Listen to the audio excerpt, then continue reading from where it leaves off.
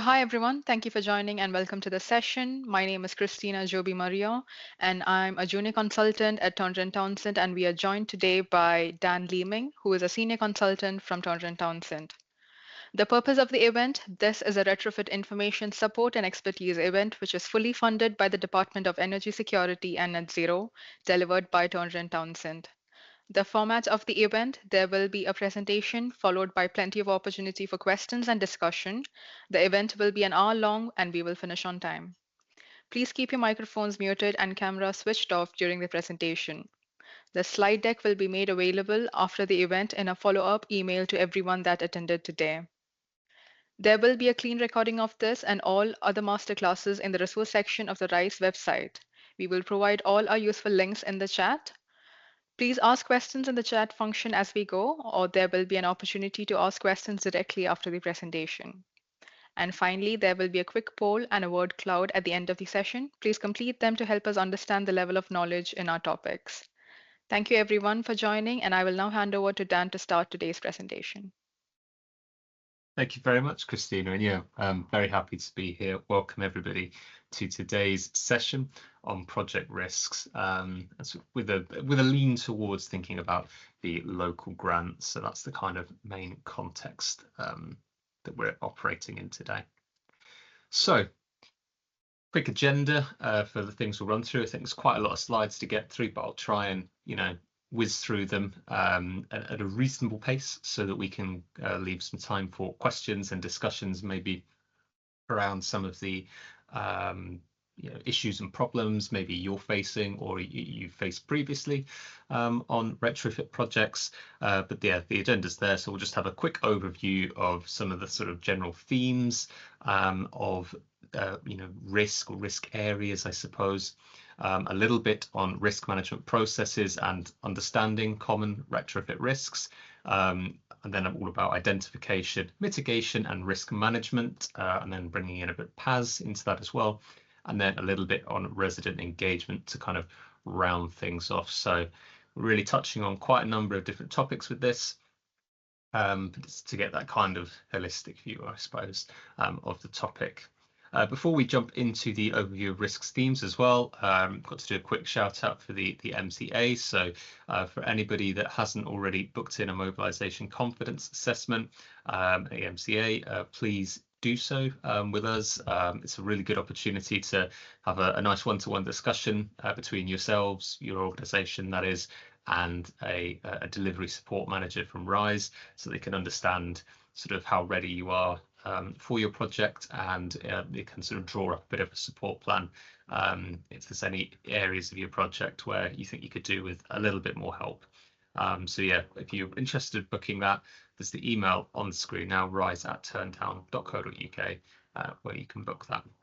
But yeah, on into the main presentation. So what do we mean by project risks? There's quite a few sort of areas to this, and it sort of touches on a whole range of things, as I've said. So there's assessment risks when you're going out there and assessing buildings. There's the design risks and how you sort of manage sort of technical engineering sort of challenges in things. There's the install risk itself. That's quite an obvious one to get your head around. If you install something badly, there's problems with that. There's other kinds of risks as well. So the condition of the building, the way you engage with residents, or the way they engage with you. Lots and lots of different areas which we might need to think about when we're thinking about managing risk. So that risk management process then, not rocket science, but a really sort of important thing to just go through. It's just that process of identifying, assessing, and controlling threats to a project success. So those risks you can, as I've sort of shown from that first slide, there's lots of sort of areas where those can crop up. But yeah, those risks can come from areas like funding, timelines, resources, regulations, and lots of external factors as well. So the key steps in identifying that risk and managing them, got 5 there on the slide. Identifying the risk, what could go wrong.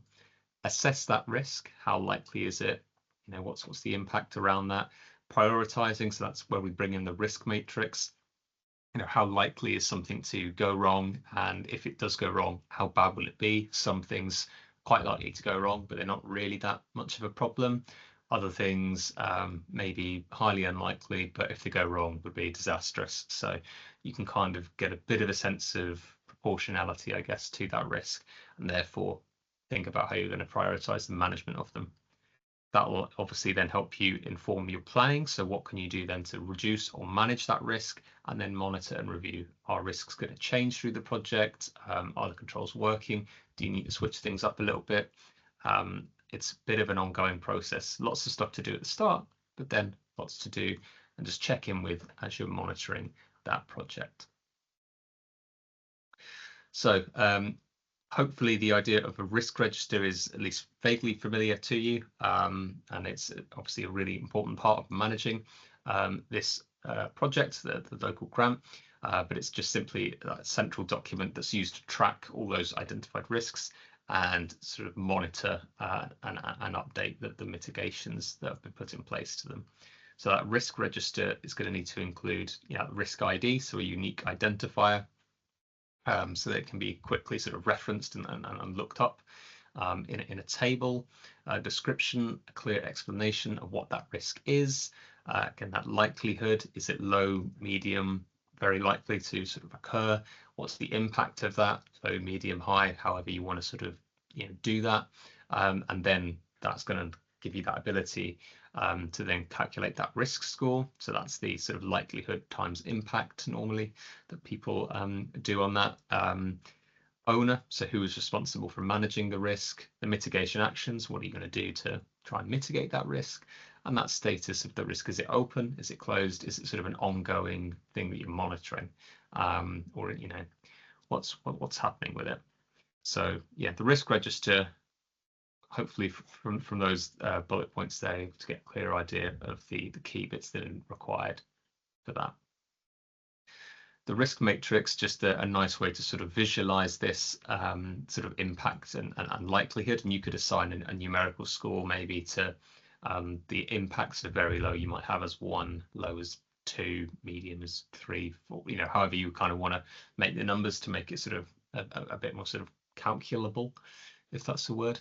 But yeah, if you can color code that, and just when you sort of then begin to map out risks, you can understand how many of your risks fall into the sort of danger zone, I guess, or the sort of the less troublesome area of that. So that's a bit about how we sort of manage the process around risk, the risk register and the risk matrix, which are going to be important project management tools for your local grant project. But what are some of the sort of typical risk areas we might encounter when we're thinking about retrofit specifically? I think probably the first big one, structural issues. So this is issues with the property. Something that kind of needs to be fixed before you start retrofitting. So if you imagine that wall there with the big crack on it in the picture, you probably can't really install cavity wall insulation in that very well, because it's got a big hole in the wall that needs to be fixed, and as well as impacting obviously the quality of the retrofit that you'd be doing to the property. There is also literally the risk of why would you, I don't know, try and retrofit something that might fall down next week? It's quite obvious, I think, what that kind of potential risk might be. But yeah, the big sort of ones that you'll find: cracks in walls, problems with load-bearing elements, roof damage is quite typical to find, particularly in properties where the roof space is often difficult to access, or it's not possible to see the roof very well externally. So easy for problems to go unseen, and foundation settling as well, which might be more of a problem in newer builds. Other big sort of risk area in retrofit: moisture and damp. This is a really big risk, which sort of links in to another slide we've got in a few slides time, but this is the presence of that unwanted water or humidity within the building structure that's going to cause potential issues. And that's how you're going to end up with condensation, rising damp, penetrating damp, mold growth, that kind of semantic field, I guess, of problems. You can see there on that picture on the right some examples from Passive House of what happens when moisture is not adequately managed within a building, and what that might cause. So you can see, I think there's top left there, there's rising damp going on, I think. There's a whole ceiling of black mold there in the middle, really disgusting. And yeah, more black mold around that window there on the right as well, probably from all the condensation because it's a cold spot. So that kind of links in as well to ventilation problems. So where there's inadequate airflow within a building, you can end up with problems with, well, damp and moisture, and also occupant health, other sorts of issues like that. But yeah, it's going to lead to increased humidity, thermal discomfort as well. Maybe if it's not able to if it gets pretty stuffy and things like that, particularly in the summer. And yeah, lead to potentially odor issues as well if air's, if you're not able to get fresh air into the property as well. So that ventilation design, very important to consider whenever we're thinking about retrofit on local grant, because of course we have to do everything to pass 2035 standards, for which ventilation is a key component of that design specification. So with that ventilation design, it's really important that we're taking away pollutants and moisture, removing that from the property, and getting cold, fresh air into the property. Although asterisks on the cold thing there, because there are systems that can warm the air up as it comes in. So that's kind of by the by. So when designing that ventilation system, there's a few things to consider in terms of how much ventilation the property has already, the proposed air tightness then for the property. So after you've completed the works, will that ventilation be adequate? Possibly not. If you're sealing up more, making the property more airtight and reducing that kind of air infiltration, which kind of acts as ventilation, even if it is unintended. And the consideration for the long-term property objectives of that medium-term retrofit plan. So maybe the plan will specify several measures, and actually, even though the ventilation that you put in, it might need more ventilation putting in now, but actually it's probably better to over design maybe that ventilation a little bit, so that when you come back and do some later works to the property and increase the air tightness further, you're not then having to rip out the new ventilation system to replace it with a new ventilation system. That's poor sequence of works, poor planning, waste of time and money, and probably going to lead to some technical issues as well in terms of the install, as well as being a massive pain for the resident. So yeah, and speaking of the resident, occupancy of the property is another key factor to consider. So is it one person in the property? Is it a small family? Is it a really large family with extended family living there? How do they cook, clean, wash? How much moisture they're generating inside the property? Do they have a tumble dryer? Or are they going to have to start hanging things on radiators to dry, things like that? What's the anticipated kind of pattern of usage, I guess, that would lead to moisture generation in that property? And again, thinking along those lines of the occupants, occupant health is another risk area that really relates to these sort of previous slides, which I've been talking you through. So the well-being and the comfort of individuals in that building. So examples of things that can go wrong, respiratory problems, people can have them already, or they can be worsened by retrofit that's managed poorly. For example, if you retrofit badly and you make black mold appear in the property, that can aggravate people's conditions or cause them, and that's kind of what the whole Awab's law is about, that's coming into effect pretty soon. There can also be sort of exposure to toxins as well. So, standard kind of building risks. If you're going in there and fiddling about with the structure of a property, you might be, at risk of disturbing asbestos and things like that. So there's that kind of risk to manage as well. And then, yeah, mental well-being. So how living in a poor quality property can impact somebody's mental well-being and cause problems for them in their life. And of course, what we want ideally with retrofit is to improve, the condition of the property, keep people warmer, keep people more comfortable, and that's an environment in which, people are obviously going to be more mentally resilient as well.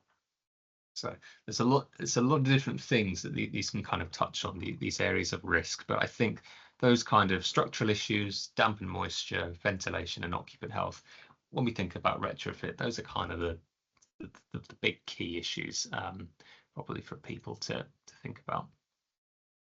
So now that we've thought about those key risk areas, let's have a little look in risk identification.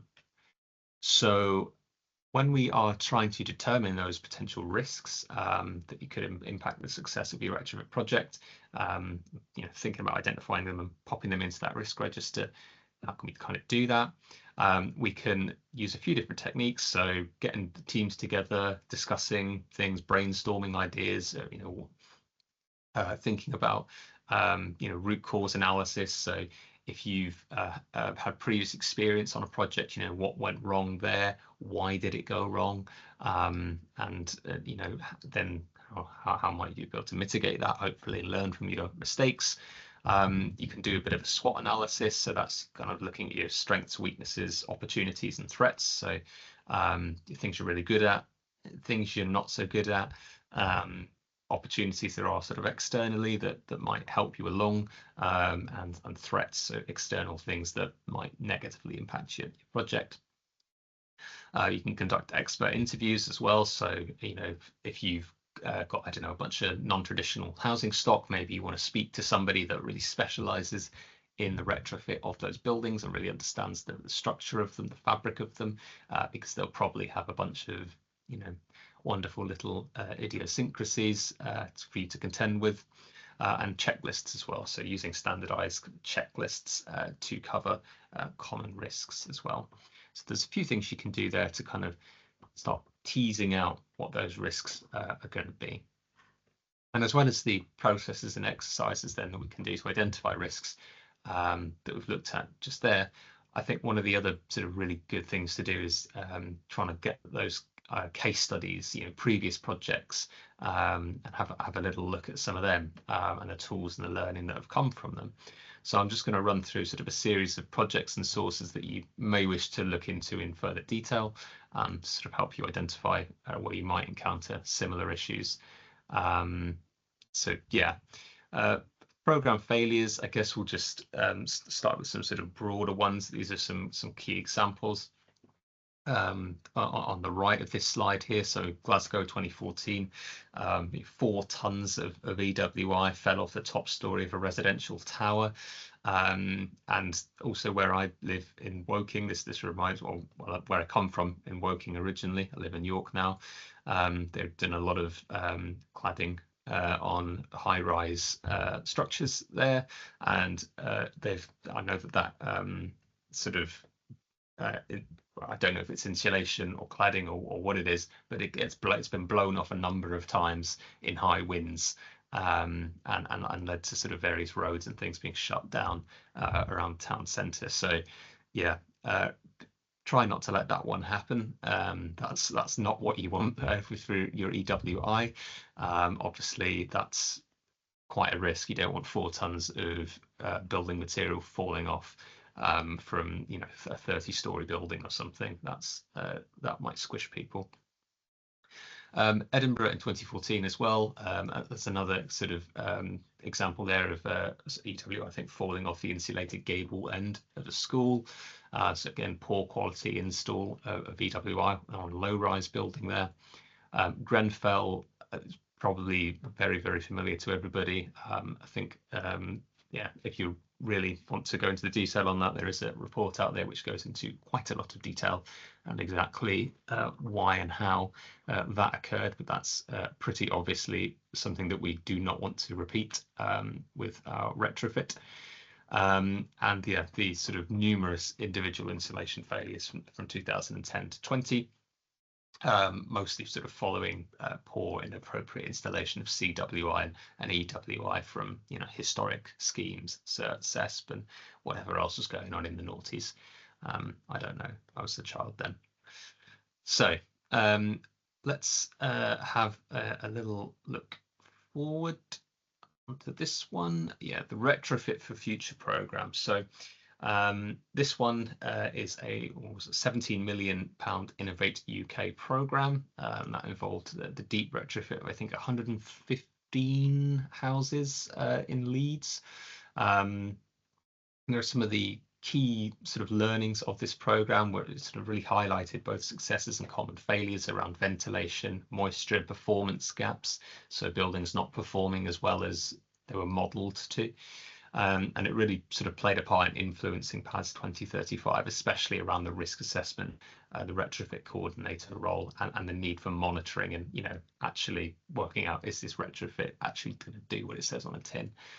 So yeah, quite an important one in terms of informing PAS, alongside, of course, other really important events that probably should have mentioned this actually on the previous slide about program failures, but of course the notorious Fishwick problem where EWI was installed on a load of homes in Fishwick in Preston, and it destroyed basically 200 houses or something, and they're still dealing with the kind of repercussions of that to this day. Another one for risk identification. So this was the GLA's Renew program.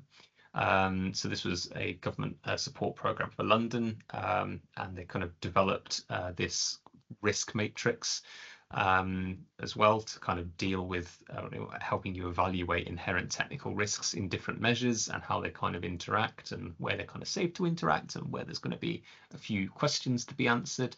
And you can find a very similar matrix to this within PAS 2035, and we've got a picture of that on the later slide as well. Another project, possibly one to take inspiration from, the Centre of Refurbishment Excellence. This is Stoke-on-Trent, this one, funded by the EU. A lot of work on the process of retrofit done on this one. So they kind of had this sort of four-box process, and this idea then of a retrofit coordinator who looks after the whole process end to end, sort of really emerged, I think, from this one as a key learning. So you could start to see, if you've got any passing familiarity with PAS 2035, which again we'll look at in a little bit, you can start to see how these projects really influence that, and yeah, sort of took that best learning, that best practice, and sort of embodied it. This is another one, another risk identification sort of wheel. It's the STBA's wheel, this one, the Sustainable Traditional Buildings Alliance. It's a really nice little one. You can go on the website and sort of click on different bits and see which sort of measures and things relate to which areas of risk. Particularly useful, this one, I think, if you've got buildings which if you're more likely to encounter traditional vernacular builds or solid wall buildings, which we generally we kind of do tend to encounter quite a lot of those, I think, on our local grant program type programs, private sector retrofit, where there is a higher sort of proportion of those kinds of properties in that sector. And if you are looking at or interested in that kind of traditional building retrofit, STBA, brilliant resource to go to on that, as well as Historic England, as I should point out as well, who also published material on the challenges of retrofitting older homes. So yeah, if you're looking at sort of conservation area, traditional building sort of stuff, STBA and Historic England are a good place to start. And lastly, on this one, the UK Centre for Moisture in Buildings. So this is a sort of a research centre based within UCL, carries out a lot of detailed research into how moisture behaves within buildings, both new and retrofitted buildings. They've worked with STBA and Bristol City Council as well to develop something called the Bristolian's Guide to Solid Wall Insulation, which is a bit of a practical guide for homeowners. So really, you can get hold of that one. Might be quite useful if you're looking at sort of doing similar things for your own sort of private tenure retrofit plans. And it's also they've also developed an online tool and video series to support owner occupiers, which you can find on the STBA website. So these resources really promote that kind of whole house approach and that kind of PAS way of doing things, but they're very much aimed at that private tenure, sort of non-expert, I suppose, owner-occupier audience. So that might be a really useful resource to have up your sleeve to point people to, and possibly even use in your own resident engagement for Warm Homes Local Grant. So we've got an idea now, hopefully, about some of those common risk areas, how to identify them. How do we look to mitigate them? So yeah, let's dig on into the kind of at an individual property level what we can do. So the risk assessment stage here. So generally we'll have sort of an assessment stage, a design stage, installation, and then operation. This kind of mirrors the required stages of PAS 2035. There's a number of risks which you could encounter here. So you could have, the wrong assessor for the type of building, a particularly vulnerable building, or or particularly sort of specialist building might require sort of certain skills to properly assess. Even though any retrofit assessor can do a PAS 2035 retrofit survey, that they might not necessarily be familiar with the buildings that you're dealing with. So that can lead to problems around inaccurate assessment, and sort of the wrong recommendations then can come out of that, for measures and things like that. So making sure that people are trained, they're certified, that they understand the software that they're using and the limitations of it and the modeling on it, really important there, as well as making sure that they're carrying out the proper occupancy assessments so that they can kind of get a better idea of how that building is used and therefore reduce any performance gap. And it says there, of course, as well, optimistic fuel cost savings, which is never a good thing. When it comes to resident engagement, we don't want to be making promises that we don't keep in that regard. Thinking about design risks, there's lots of things that can go wrong here. So the wrong kind of retrofit strategy. So maybe not fabric first, or fabric first isn't. It's a principle, not dogma, but not putting things in the wrong order, I guess. Inappropriate services, no ventilation strategy, or a poor moisture risk management and ventilation strategy. Maybe an over reliance on complicated controls or systems that residents might struggle to get on with.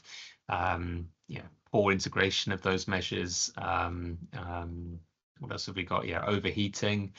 That's probably a really big problem in particularly high-rise buildings with poor cross ventilation. Poor communication as well of that design, so not engaging the occupants, and that intention of the design and the dependencies around it not being clear. The way we can kind of mitigate some of this stuff is to communicate really clearly with the resident, understand them, their property, how the building functions, think about how we're going to install the right kinds of systems, and not make them overly complicated for people to use, and thinking about how we can, considering value for money, kind of go with that fabric first approach. So because the fabric being improved can improve the performance of the building in winter by keeping the building warmer, so therefore lowering fuel bills and lowering the energy used in the building. It can also help keep it cooler in the summer by reducing the rate at which heat the sun from the sun is getting inside that building, so it creates a more pleasant environment for everyone in that building. Of course, there is kind of the question of when do you stop doing the fabric and start decarbonising the heating and all that to contend with, which is a whole other debate. But there's a number of benefits to going, at least to a reasonable level with the fabric that you just can't get from switching to an electric heating system only. Installation, lots of things that can go wrong here. So you could have poor integration, so multiple installers at different times, and kind of a bit of a lack of coordination and overall responsibility. People, then not taking ownership of things, substituting materials and products inappropriately, and that's a great way to end up with a performance gap in your building, or to, I don't know, add too much insulation to an external wall of a building and then block side access, so you can't get wheelie bins or wheelchairs down the side of a property. Seen that one happen before. Lots of things that can go wrong here. Location of services and controls. So example I always come back to on this one, if you've got somebody, I don't know, who is disabled and reliant on a wheelchair, don't put controls for heating up here, because that's just going to be a real pain in the backside for them to use, and you're just inviting problems. Thinking about your ventilation ductwork as well. So the more bends there are in ductwork, obviously the harder fans will have to work to draw air through. That can be noisier, less efficient, possibly not work as well. So yeah, really important that systems are properly commissioned and tested, that you've got teams who are able to understand and work with each other properly, and have some idea of how to leave things in an appropriate condition to pass the baton over to the next person. That's where your retrofit coordinator is really, really important for helping ensure that. Making sure that everything is designed correctly, and that coordinator has thought about the occupant, the designer, the installer, and all of their different needs and requirements to design that, to ensure that the retrofit designer has designed something appropriate, which is then installed appropriately. So we're up to, yes, operational consequences. So this is where sort of it's been installed and we're now using this stuff. This is where we can encounter quite a number of risks around things like condensation and mold, which obviously won't appear. Well, condensation will literally appear overnight, but black mold, it takes a little bit of time to build up. It's not immediately noticeable. Controls not being used correctly, systems being disabled or overridden because people don't understand things, or like how to use things properly or at all, or things being too complicated for them to understand and use. You might also get occupants that don't like the noise of fans, or they don't like having a draft, what they perceive to be a draft, so that they start switching things off. Poor energy performance as well, so that's the kind of that performance gap, sort of thing coming into play. Predicted fuel savings not appearing. There might be summer overheating, things like that. So we can sort of try and mitigate some of this stuff by making sure we've got a really strong handover procedure, giving people enough information so that they understand the core concept of what they're trying to use, and also how to use it, not overly bombarding them with they don't need the full technical manual probably. Some people might like that, but plenty of people won't. They just want to have a warm home and they don't want to have to think about that. So give them the appropriate level of information that enables them to use things properly. Verbal explanations, graphic sort of diagrams and things like that, as well as instruction manuals, making sure that we're showing people directly, explaining the systems and controls, getting them to demonstrate it back to you as well, because it's quite easy for someone to go, yeah, cool, and just kind of awkwardly stand there and nod when you're showing them, and then you leave, and then none of it went in. So making sure you get people to do it in front of you, things like that. Making sure you're doing samples of post-retrofit testing, so that could be around air tightness or thermal bridging sort of testing, looking for maybe with thermal imaging or something, seeing if there's any cold spots. And then yeah, sort of really sort of promoting appropriate behaviour as well, and getting resident buy-in into sort of energy efficiency advice and lifestyle changes to suit the retrofit, things like that. So yeah. Oh, and of course, yeah, return at heating season time. If you've installed something in kind of, well, like now in May, great. But somebody might not be turning on that heating system until sort of September, October time, and they might have forgotten how to use it. So do check in with people, and also with people who come in. If you also, some of you on the call might also have social housing. If there's a void period in social housing, and new tenants come in, making sure they're able to use things as well. We talked a lot about PAS 2035 without actually talking about it. Let's actually talk about it. So this paper on the right on the screen, the Moisture in Buildings, an Integrated Approach to Risk Assessment and Guidance, sort of fed into the development of PAS 2035, and it introduces the 4 C's, so context, coherence, capacity, and caution.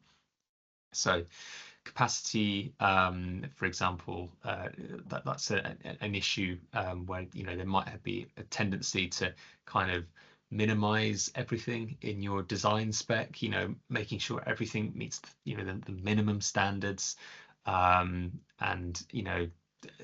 barely scrape by. You kind of want to size heating systems, for example. I always forget what as built in service, I think ABIS stands for. So sizing for how heating systems are used rather than theoretical lab conditions, which are, well, we don't live in a lab, we live in the real world. So don't over optimize, allow for a bit of a cushion there in terms of things like sizing heating systems. You can coherence as well, so having a consistent approach to thermal, moisture, ventilation, and internal air quality issues. The context, so are you on the coast, are you inland, are there conservation area issues, are there cultural issues, do people like cooking over sort of gas, cooking on gas over open flames, things like that. You're going to have to do a lot more engagement around those, if you're thinking about removing gas from a property as part of the retrofit work you're doing. And yeah, caution, there's a lot we don't know. So always go in, identify, assess, mitigate risks as you go. And if you haven't evaluated the risk of something, it's probably best to avoid charging in. This measure interaction matrix is I was talking about earlier. It's a tool from PAS 2035, really useful one, this, to show which measures, which kinds of measures interact in ways which are problematic. So green, it's not a problem. Yellow, they might sort of connect physically, but they're kind of all right, as long as you install them properly.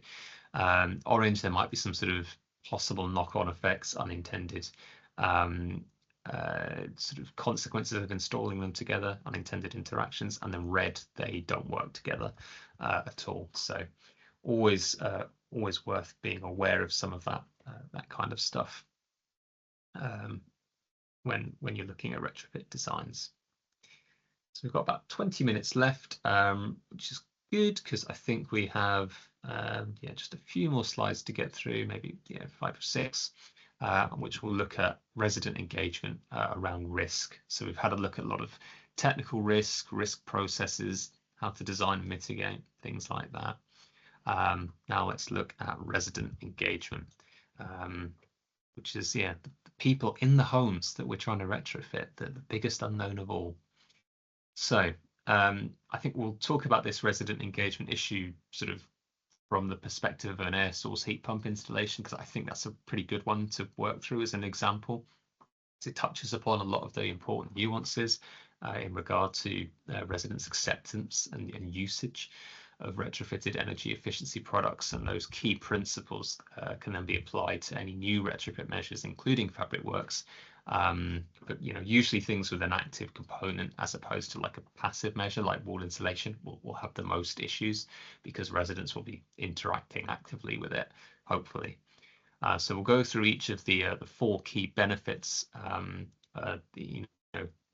we've got here on the slide over the next few slides. So yeah, if you engage well, basically, you can achieve improved understanding and acceptance, enhance user experience, get a sort of positive feedback loop, and of course ensure compliance and safety. So the first one of these is this idea of improving understanding and acceptance. So if you are able to engage residents early on in a project lifecycle, that really helps the successful adoption of heat pump technology.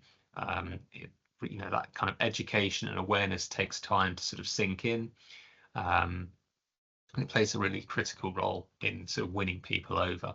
So if you have to kind of give it time to work, sort of sink into people, get them used to the idea that this is happening, this is a good thing, and this will improve your life. The benefits, higher acceptance rate, reduced resistance, and better cooperation, which of course is going to make your installation a lot easier. You also get that kind of enhanced user experience. So, to ensure that it's working optimally, you want to sort of focus on enhancing that user experience, make it easy for them. So lots of clear instructions and training, give them a detailed user manual, yes, but also sort of simple instructions that they can get to grips with as well, so that they have as much information as they need to run it, but if they want that greater level of detail, it is there for them should they want it. Training sessions, or sort of workshops, however you kind of might want to run it. So if you're working on a particular street, and there's a bunch of installs happening at the same time, or in the same sort of time frame roughly, maybe sort of putting on some sort of community demonstration around the correct usage and maintenance of a heat pump. And for the private sector as well, who they can contact to maintain it, because if your gas boiler breaks, most people will be like, oh, I'll ring my plumber or my gas safe engineer. Most people kind of have a vague idea of who to call, but they might not know that with heat pump engineer. People don't tend to have heat pump engineers knocking around, so making sure that they know what to do if things don't seem to be working properly, and who they can contact from your organization as well if that's related to your install. Online resources, so that kind of relates to the tutorials, videos, and FAQs. So making sure that, again, as part of that instructions, you're able to point people towards these resources, and then you're able to provide some ongoing support as well. So having that customer support hotline for the scheme that people are able to contact, on-site assistance as well, and regular check-ins during those installation periods, and user-friendly design. So as I say, making sure that the heat pump is easy to sort of use and control and navigate. So again, if somebody's in a wheelchair, don't put it really high up the wall, because that's going to be difficult for them to use. Make it easy for people to use and fit in with their lifestyle. I had an example from a registered provider in the Northeast, who I think has done quite a lot of heat pump installations, and they've kind of come up with a bit of a standard formula for the way that they like to set up the systems. And I think that the engineers kind of set it up so that it works, it should be operating kind of optimally for that building, and then they kind of put those detailed controls behind a case that that the resident can't touch, and then they give the resident a hot dial, cold dial, more or less heat sort of thing, because that's intuitive and easy for people to understand. And it will be set so that it won't, it will always be on, and it will run at the appropriate, hopefully the appropriate coefficient, and all the rest of it, and it's not going to be turned up to 29 degrees and blow their fuel bills out of the water or something silly. But it just gives people that intuitive, I'm cold, I want it more hot. I'm cold, I'm too hot, I need to turn it down. it gives people that feeling of control over the system without having the risk of them starting to hit buttons that they shouldn't if they don't know what they're doing. So yeah, really important when they're thinking about how the system's going to be used. Implementing that feedback mechanism, like having a good way for residents to feedback about the usage of the technology as well, can also be really helpful in assisting you to kind of develop that sort of setup.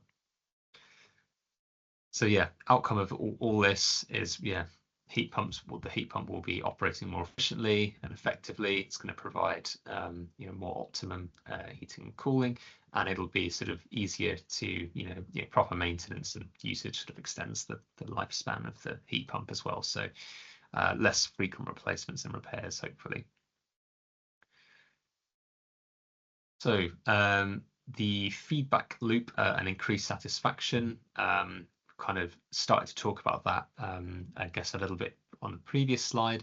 But if you sort of create, a feedback mechanism for people to tell you about how that heat pump's been used, and if you're able to gather that kind of feedback early on through maybe, I don't know, surveys, questionnaires, suggestion boxes, focus groups, whatever it is, you can then start acting on that earlier. So if there's any early issues with it, you can try and resolve them before they, nip them in the bud, before things crop up, which can really help to, improve trust, and, again, achieve better outcomes for people as well. And then lastly, I think for this one, we've got compliance and safety. So educating residents around those safety protocols and compliance requirements, minimizes risk around, the safety of the product, and it's crucial for the successful adoption of heat pump technology. So yeah, making sure that adhering to guidelines around the install, and that people are not sort of flicking switches that they shouldn't, or fiddling about with things. They know what they're supposed to touch and what they're not. There's a lot of obviously electrical risks around heat pumps, as there is with any sort of electrical system. If you don't want to go sticking your fingers in places with live electricity. They also contain a lot of obviously refrigerant gases and things like that we don't want leaking out. So yeah, making sure that people understand those things and that they use things properly to reduce the risk that they kind of break it and cause a problem. So to support your engagement, kind of unlock a bunch of those benefits, there's just a few ideas here, which might be sensible to incorporate into your delivery planning. So if you've got a resident liaison officer for your scheme, or somebody that fulfills that kind of role, you sort of might want to, sort of engage them and deploy them, early on. Establish any relevant training as well that they might need. Maybe they've not worked with certain measures before, or they're newer to retrofit, something like that. So they've got to make sure that they're able to talk about talk to lay people about what's going on. Offering residents an annual energy check-in appointment as well, so maybe a winter energy health checkup or an energy doctor, some sort of listening opportunity, getting someone into the home, listening to the feedback. Offering assistance, sort of signposting to other services as well, that kind of thing. And making sure to plan and budget for all of this sort of activity, and that follow-up to ensure that the resident is actually getting the benefit out of what you're doing. It's a very important part of any project. So hopefully all that effort pays off and you get to enjoy some lovely feedback like this. These two, I think this is John and Artie. So John, from Gloucestershire, I think he got something through the Warm Homes Social Housing Fund, a previous wave of that. got a heat pump. It's like it's the best and cheapest heating experience he's ever experienced. So if you do it right, people can be delighted. And then from Warm Homes local grant, or I think this would have been probably maybe a Hub 2 project, something like that, from Lincolnshire. Somebody who's said there, that it's just cozier and cheaper basically to run their home. So if you do it right, the outcomes are really positive for people. So we've just got just under 10 minutes, I think, left of this session. So I'll just point you to some of the resources that we have on our website and some of the upcoming events that we've got before we move on to questions. So there's a supplier networking roundtable in London for anybody that's sort of particularly interested in that sort of thing. There's a resident engagement or resident-centered retrofit bootcamp rather happening on the 21st. That's online, and then a couple of other masterclasses as well on biodiversity in retrofit and BNG in housing, which is a really interesting topic I would like to learn a bit more about actually. So you might see me on one of them. Other on-demand resources, of course, that we've got on the website include podcasts, pre-recorded masterclasses, and of course the Knowledge Hub articles as well. So there's plenty to tuck into on there, and I think the links on the screen should be clickable now. But I think that's everything from me. I think we are good probably to move into some questions now, Christina. So I think we need to probably that's it. Enable cameras and mics, and happy to answer any questions that people might have for the last 6 minutes of this session.